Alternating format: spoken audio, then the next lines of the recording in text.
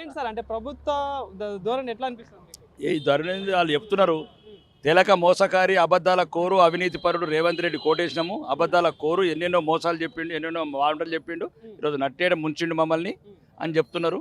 మేమంటున్నాం ఏంటంటే గాడిదలకు గడ్డి వేసినారు ఆవులకు పాలు ఎందుకు పెడుతున్నారు మేమేం చేస్తాము ఆ గాడిదకి గడ్డి వేసారు కదా గాడిదగాని అడుగుపోమంటున్నాము. మమ్మల్ని అడిగితే చాలా మేము ఒక నైతిక మద్దతుగా భారతీయ జనతా పార్టీ ఒక ప్రతిపక్ష పాత్రగా ఆ ప్రతిపక్షంలో ఫామ్ హౌస్లో పడుకున్నారు కాబట్టి ఇంకా మేము పోరాడాల్సింది అందరి తరఫున పోరాడాల్సింది మేమే కాబట్టి ఈ దుర్మార్గమైన ప్రభుత్వం మీద నిలదీస్తున్నాం.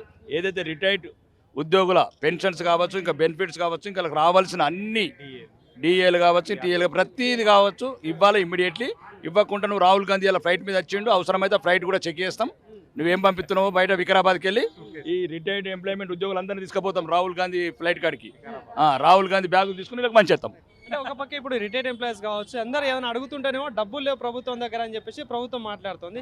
కానీ ఇప్పుడు గాంధీ విగ్రహం అని చెప్పేసి ఇలా అనేక కార్యక్రమాలు చేపడతా ఉన్నారు. సో ఎట్లా చూడొచ్చు అంటారు ఇదంతా? గాంధీ విగ్రహం అనేది ఒక మోసపూరిత ప్రకటన. రేవంత్ రెడ్డికి ఉన్న అలవాటు ఏంటంటే డైవర్షన్ పాలిటిక్స్ చేయడం ప్రజలను తప్పుదో పట్టించడం మీడియాని డైవర్షన్ చేయడం. ఎక్కడ 5,000 కోట్లు ఇక్కడ నెల నెల 500 కోట్లే లేవు. ఇవి చూస్తున్నాం కదా అవుట్ సోర్సింగ్ ఉద్యోగులు కావచ్చు లేకపోతే నిరుద్యోగులు కావచ్చు లేకపోతే మహిళలకు 2,500 కావచ్చు సిపిలు పట్టుకొని ఉన్నారు పెన్షన్లు కావచ్చు తులం బంగారం కావచ్చు అన్ని రకాలు.